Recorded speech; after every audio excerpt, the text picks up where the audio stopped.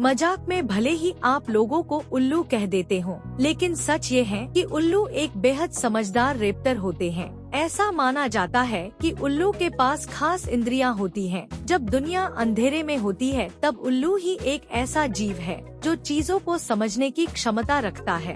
अक्सर हमारे घर के बड़े बुजुर्ग या आसपास के लोगों को हमने इन पर कई मुहावरे का इस्तेमाल करते सुना होगा। ऐसा ही एक मुहावरा है उल्लू का पट्ठा, यानी किसी को बेवकूफ कहना हो तो हम उसे उल्लू कह देते हैं या इस मुहावरे का जिक्र कर लेते हैं। लेकिन आपको जानकर हैरानी होगी कि उल्लू काफी तेज होते हैं। वैज्ञानिकों का कहना है कि उल्लुओं में सुपर ट्यून बुद्धि होती है जो उनकी मदद करती है।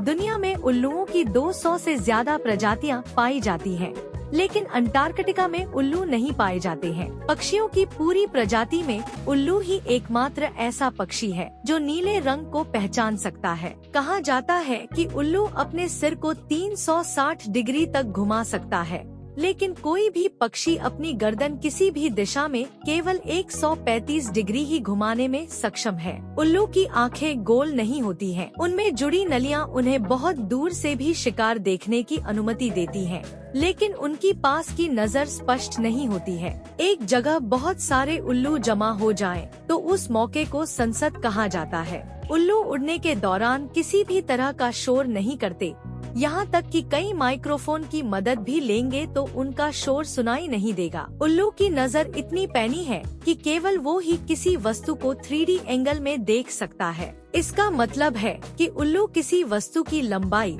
चौड़ाई और ऊंचाई तीनों को देख सकता है।